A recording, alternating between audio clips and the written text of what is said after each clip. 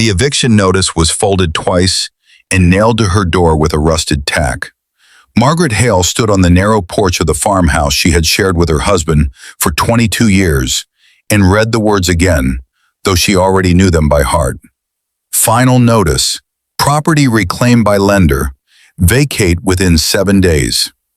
Winter clouds gathered low over Ashford County, heavy and gray like iron pressing down on the earth. Inside, the house felt hollow. Thomas had built the porch railing with his own hands. He had painted the kitchen cabinets a pale blue because she once said it reminded her of spring skies. He had promised her that no matter what happened, this house would always be theirs.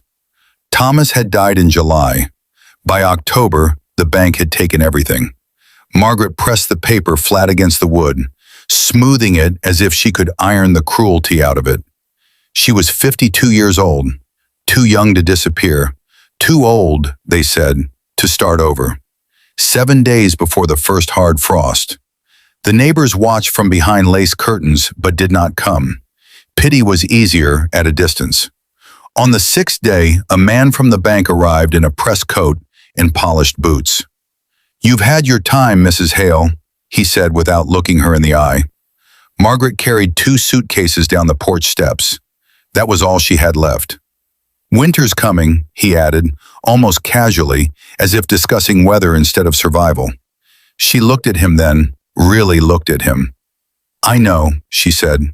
He drove away in a clean sedan, tires crunching over gravel Thomas had once raked smooth. Margaret stood alone in the yard until the wind cut through her thin coat. Then she picked up her suitcases and walked. She didn't go toward town. She went toward the ridge. Beyond the old pasture line, where the land turned rocky and uneven, there was an abandoned quarry Thomas had shown her years ago. "Nothing grows there," he had said, laughing. "Even the earth gave up." But Margaret had always noticed something else: the stone. Thick limestone slabs layered like the bones of the world. She climbed the ridge slowly, breath turning white in the air. At the top, the land dipped into a natural hollow, sheltered from the worst of the wind. Pine trees stood like quiet guardians along the northern edge. She set her suitcases down. "This will do," she whispered. The next morning she went into town. She had $5 in her coat pocket. At the hardware store, the clerk barely glanced at her. $5 won't buy much," he said flatly. "I don't need much," Margaret replied. She bought a box of old masonry nails from the discount bin and a used hammer with a cracked wooden handle. $4.87. She walked out with 13 cents left. That afternoon she returned to the quarry hollow and began moving stones. At first her hands trembled from cold and exhaustion. By sunset her palms bled. But she did not stop. She stacked limestone slabs into a rough circle, fitting them together the way Thomas had once shown her when they built a garden wall. "Stone listens if you're patient," he had said. She was patient. Day after day she hauled stone. She slept beneath a tarp stretched between 2 trees. She gathered fallen branches, but did not waste them on large fires. Every piece of wood mattered. By the 3rd week, frost coated the ground each morning. People began to talk. "She's lost her mind," someone said at the diner. "Building a pile of rocks won't stop January," another laughed. Margaret heard them when she went into town for water. She did not answer. The circular wall grew waist-high, then chest-high. She left a narrow opening for a door and reinforced it with thicker slabs. Instead of building outward, she dug inward. She carved into the hillside behind the stone ring, creating a half-buried structure anchored in earth. When the first snow fell, she was still working. A pickup truck pulled up one afternoon. 2 local boys leaned out the window. "What are you building, Mrs. Hale? A castle?" one mocked. Margaret wiped sweat from her brow. "Yes," she said calmly, "something like that." They laughed and drove off, but she kept building. She layered soil over the back half of the structure, packing it tight for insulation. She used pine branches as a natural roof lattice before stacking flat limestone across the top. It took everything she had. When December arrived, the stone walls stood thick and solid, forming a circular structure partially embedded into the earth. The roof curved low, heavy, and immovable. It looked less like a house and more like a fortress carved from the land itself. Inside, she shaped a small hearth from leftover stone. She designed a narrow ventilation shaft angled to trap heat. She remembered Thomas explaining thermal mass once during a late-night documentary. "Stone holds warmth longer than wood," he'd said. So she trusted stone. The first blizzard hit 3 days before Christmas. Winds screamed across the ridge, hurling snow sideways. From town, the quarry hollow disappeared under white. "Poor woman won't last the night," someone muttered at the gas station. But inside the stone fortress, Margaret lit a small, controlled fire in the hearth. The limestone walls absorbed the heat slowly. The earth-packed back wall blocked the wind entirely. Snow piled high against the outer stones, adding another layer of insulation. Margaret wrapped herself in blankets and listened. The storm raged. The walls did not move. By morning, silence fell over the ridge. Margaret stepped outside. Her fortress stood firm. Snow curved around its rounded sides like a protective shell. Smoke drifted lightly from the narrow vent. She smiled for the first time in months. Weeks passed. Temperatures dropped below zero. The town braced for record cold. Pipes froze. Power flickered. But the stone structure held steady. Margaret rationed wood carefully, burning only small amounts to warm the stone each evening. The retained heat lasted through the night. One afternoon, Sheriff Dalton rode up the ridge on horseback. He dismounted slowly, staring at the structure in disbelief. "You built this?" he asked. "Yes." "For how much?" Margaret paused. $5, she answered. He circled the fortress, running a gloved hand over the limestone. "Bank threw you out before winter," he said quietly. "Yes." He nodded toward the door. "Mind if I look inside?" She stepped aside. The interior was simple but astonishingly warm. The stone radiated steady heat. The air felt still, protected. Dalton removed his hat slowly. "Good Lord." Margaret poured him tea. "I suppose they thought I'd leave," she said. The sheriff looked around again. "They're going to hear about this." She met his gaze calmly. "Let them." Word spread fast. By January, people were hiking up the ridge just to see it. Some came out of curiosity, some out of shame. The bank manager himself arrived one icy afternoon, boots crunching across snow. He stopped several yards from the structure, staring at what had risen where they assumed only failure would remain. Margaret stepped outside, coat wrapped tightly around her shoulders. "You were supposed to be gone," he said. "I am," she replied softly. "From your house." He looked at the fortress again, at the thick stone walls and snow-packed insulation. "This won't last forever." Margaret's eyes were steady. "It will last longer than paper." The wind swept across the ridge, but the stone did not tremble. The bank manager left without another word. That night, as another storm gathered on the horizon, Margaret stood at the entrance of her fortress and looked down at the distant lights of Ashford County. They had thrown her out before winter. They expected her to break. Instead, she had built something they could not ignore. The sky darkened. Snow began to fall again, heavier this time. Margaret stepped inside and secured the heavy wooden door she had carved from scrap timber.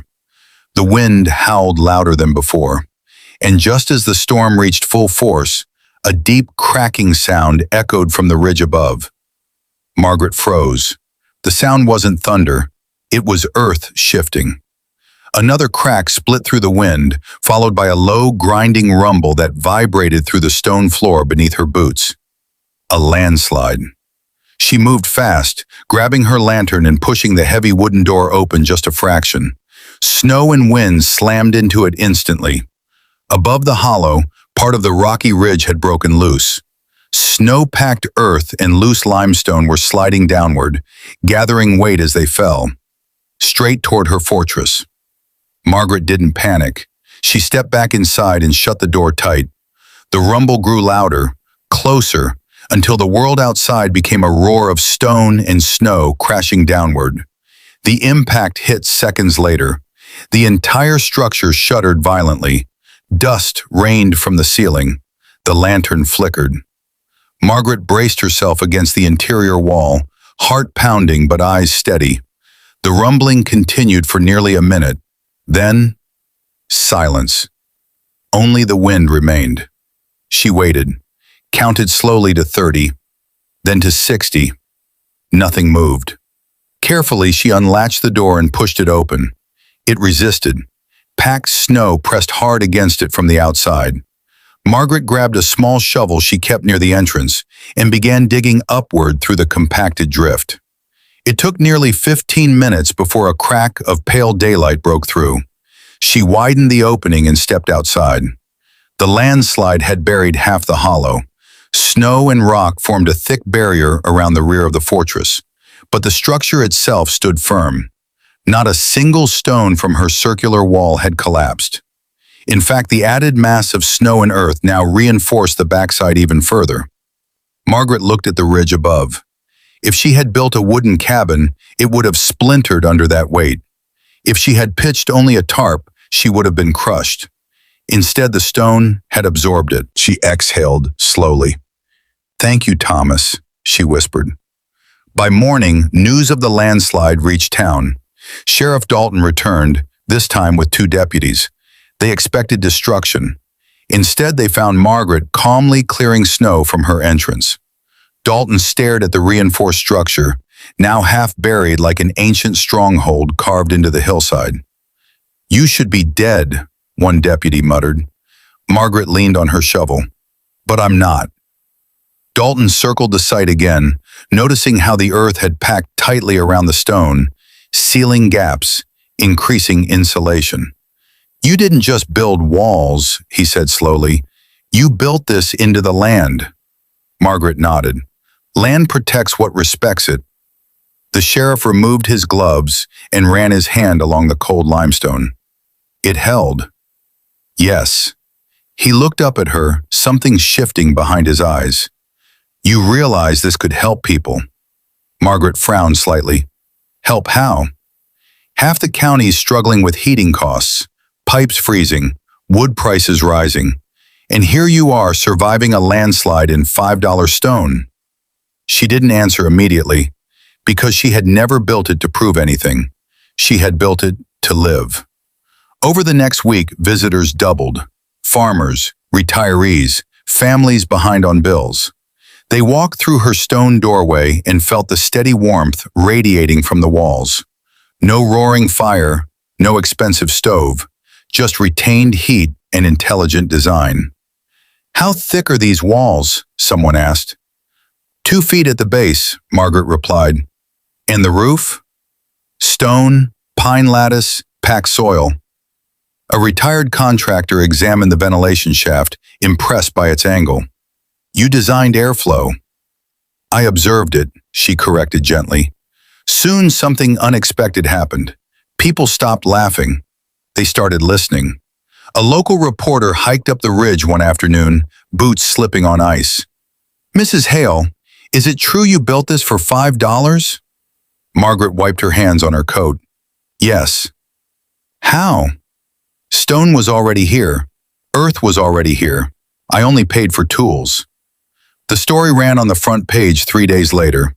Thrown out before winter, widow builds stone fortress for $5. The bank manager read it over breakfast. He did not finish his coffee. By February, Ashford County faced its harshest cold snap in 20 years. Power lines snapped under ice weight. Several homes lost heating for days. The sheriff organized emergency warming centers. But Margaret's stone fortress remained steady at a livable temperature. Sheriff Dalton returned again, this time not as a visitor. "I have a request," he said carefully. She studied his expression. "What kind?" "We have 3 elderly residents without heat. Temporary relocation isn't possible. Roads are closed. I need a place where they won't freeze." Margaret looked around her circular interior. It wasn't large, but it was stable. "How many?" she asked. "3." She nodded once. "Bring them." That evening, the stone fortress held 4 people instead of 1. Margaret adjusted sleeping spaces along the curved wall. The limestone radiated gentle warmth, holding heat from a small fire burned earlier at dusk. Outside, temperatures dropped to record lows. Inside, no one shivered. Word spread even faster now, not about survival, about shelter. The fortress had become more than a statement. It was proof. When the cold snap finally broke, county officials requested a meeting. Margaret sat in the town hall for the first time since her eviction. The same neighbors who had watched from behind curtains now faced her directly. "We'd like to discuss community workshops," one council member began awkwardly. "Workshops?" she repeated. "On earth-integrated stone housing, affordable construction, resilient winter design." The bank manager sat at the end of the table, silent. Margaret folded her hands calmly. "You evicted me before winter," she said evenly. The room shifted uncomfortably. "Yes," the manager admitted. "And now you want to build what I built." He swallowed. "We misjudged." Margaret held his gaze. "Yes, you did." Silence stretched. Then she spoke again. "I will teach anyone willing to learn, but not for profit, not for banks, for families." The sheriff nodded immediately. The council followed. Within months, small stone and earth shelters began appearing along the outskirts of Ashford County, not identical to hers, but inspired by it. Affordable, durable, rooted in the land. By spring, her fortress no longer stood alone, and something else changed too. The lender quietly offered her former farmhouse back at a reduced settlement, citing clerical reassessment. Margaret walked through its empty rooms one last time. She ran her hand along the pale blue cabinets Thomas had painted. Then she stepped back outside. "I don't belong here anymore," she said softly. She sold the property to a young family at a fair price, and she returned to the ridge, where stone met earth, where winter had tested her, where failure had transformed into foundation. One evening, as the sun set behind the pines, Sheriff Dalton climbed the path again. "You ever think about what this became?" he asked. Margaret looked at the surrounding hillside, now dotted with sturdy stone homes. "I built a place not to freeze," she said. Dalton smiled faintly. "You built a movement." Margaret glanced at her fortress, still strong, still quiet. "They were stunned what it became," she murmured. "And this time, so was she."